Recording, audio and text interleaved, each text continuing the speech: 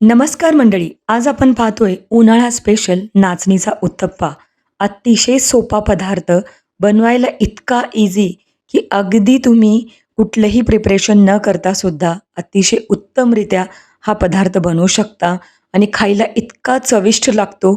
एकदा जर का तुम्ही हा उत्तप्पा ट्राय केला, तर परत-परत हाच उत्तप्पा नक्की खाल.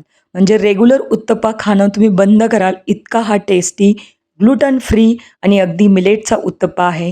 तर तुम्ही कधीही म्हणजे ब्रेकफास्ट असेल, लंच असेल किंवा डिनर असेल ट्राय करू शकता. खरंच खूप सोपी रेसिपी आहे. आता रेसिपी कुठेही स्किप न करता पूर्ण पहा आणि एकदा हा उत्तप्पा नक्की ट्राय करा. तुम्ही जेव्हा रेसिपी ट्राय करता, तर तुमचे काही काही अनुभव असतील, ते सगळे अनुभव माझ्यासोबत कमेंटमध्ये शेअर करत जा. अजून कुठल्या रेसिपी तुम्हाला पाहायला आवडतील, त्यासुद्धा मला कमेंट करून सांगू शकता. जेणेकरून आपण त्या पद्धतीने रेसिपी अपलोड करू. तर चला मग आता रेसिपीला सुरुवात करूया. सगळ्यात अगोदर एका बाउलमध्ये 1 वाटी नाचणीचं पीठ घेतलंय. हे घरगुती पीठ आहे, हवं तर रेडीमेड पीठ वापरू शकता.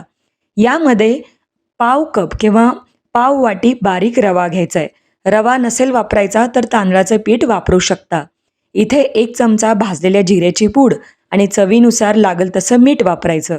त्यानंतर सगळी जिन्नसं एकदा व्यवस्थित मिक्स करून घ्या आणि यामध्ये घरगुती हे 1 वाटी दही वापरलेलं आहे. हवं तर तुम्ही दह्याऐवजी ताकसुद्धा वापरू शकता. इथे 1 वाटी दही ॲड केल्यानंतर परत एकदा व्यवस्थित मिक्स करून घ्या आणि पुन्हा 1 वाटी पाणी ॲड करा. हळुवारपणे सगळं मिश्रण एकजीव करायचं आहे.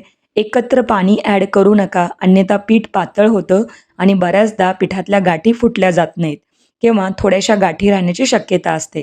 त्यामुळं थोड्या थोड्या प्रमाणामध्ये पीठ ॲड करायचं. आता याची कन्सिस्टन्सी किती ठेवायची तेही सांगते. आता आपण हा उत्तप्पा बनवतोय, डोसा नाही. त्यामुळं डोशाच्या बॅटरपेक्षा थोडासा थिक ठेवायचा. आता 1 वाटी नाचणीचं पीठ असेल, तर साधारणतः त्याला 1 वाटी दही आणि 2 वाटी पाणी वापरलेलं आहे. आता हे पीठ भिजवल्यानंतर साधारणतः एक 5 ते 10 मिनिटं रेस्ट करा.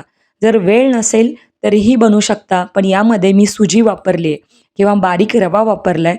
तो छान फुलावा आणि छान उत्तप्याला जाळी पडावी म्हणून मी हे पीठ 10 मिनिटं रेस्ट करायला ठेवलं होतं.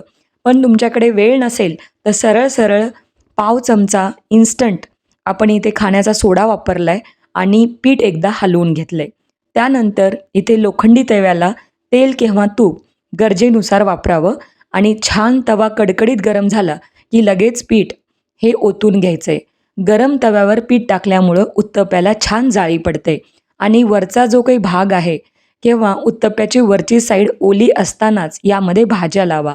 जसं की कांदा, टोमॅटो, गाजर असेल, शिमला मिरची किंवा बारीक मिरची. हव्या त्या भाज्यांचा समावेश तुम्ही यामध्ये करू शकता. म्हणजे अतिशय टेस्टी, प्रोटीनयुक्त आणि अगदी फायबर, कॅल्शियम रिच हा उत्तप्पा तयार होतो.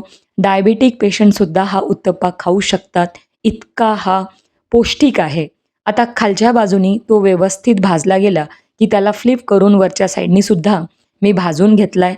तसं तर गरज भासत नाही, पण थोडासा कडक मला आवडतो म्हणून मी दोन्ही बाजूनी भाजून घेतला आहे. हवं तर तुम्ही एका साईडनी जरी भाजलात तरी चालेल. मस्त इन्स्टंट उत्तप्पा आपला तयार आहे. ना फर्मेंटेशनची गरज आहे, नाही कुठले पिठं आपल्याला भिजवावी लागतात. अगदी इन्स्टंट हव्या त्या वेळेला तुम्ही हा पदार्थ केला तरी चालेल.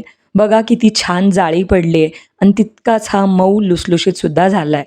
आता लगेच आपण दुसरा एक उत्तप्पा करून बघूया.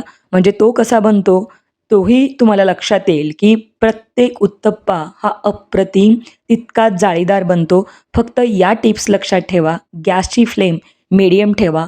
तवा तापल्याशिवाय यावर पीठ किंवा उत्तप्याचं जे काही बॅटर आहे ते टाकू नका. जर तवा थंड असेल तर उत्तप्याला जाळी पडणार नाही. अशा प्रकारे आपला दुसराही उत्तप्पा तयार आहे. दुसरा उत्तप्पा बनवत असताना यावर हव्या त्या भाज्या वापरू शकता. मुलांसाठी बनवत असाल आणि उत्तप्पा अधिकाधिक तुम्हाला टेम्प्टिंग बनवायचा असेल तर यावरती तुम्ही चीज खिसून टाकलात तरी चालेल. खरंच आता टॉपिंग किंवा आवडीनुसार गरजेनुसार भाज्या वापरू तुम्ही शकता. अतिशय सोपा पदार्थ आहे, कुणालाही बनवता येईल इतका इझी आहे. खालची साईड बघा मस्त कुरकुरीत झाली आहे. सुजी वापरल्यामुळं एक प्रकारचा कडकपणा या उत्तप्प्याला खालच्या साईडनी येतो. तर तुम्ही सुजी नसेल वापरायची तर अशा वेळी तांदळाचं पीठ वापरलं तरी चालतं. आता दुसराही उत्तप्पा आपला तयार आहे आणि तोही मी आता ताटामध्ये काढून घेते. बघितलं ना, अतिशय सोपी रेसिपी. आता आपण ताटामध्ये तो लावून घेऊया. बघा, थंड झाल्यानंतर सुद्धा खाऊ शकता, मुलांच्या टिफिनमध्ये देऊ शकता किंवा आदल्या-मधल्या वेळेत स्नॅक्समध्ये जर तुम्हाला काय खायचं सुचत नसेल, तर हा पदार्थ नक्की ट्राय करा. मी दह्याच्या रायत्याबरोबर सर्व्ह केलाय. हवं तर तुम्ही शेंगदाण्याची, खोबऱ्याची चटणी बनवू शकता. बघा, किती सुंदर आणि अतिशय पौष्टिक असा आपला नाचणीचा उत्तप्पा तयार आहे. आता तुम्ही ही रेसिपी करून पहा आणि रेसिपी केल्यानंतर तुमचा अभिप्राय मला नक्की कळवा.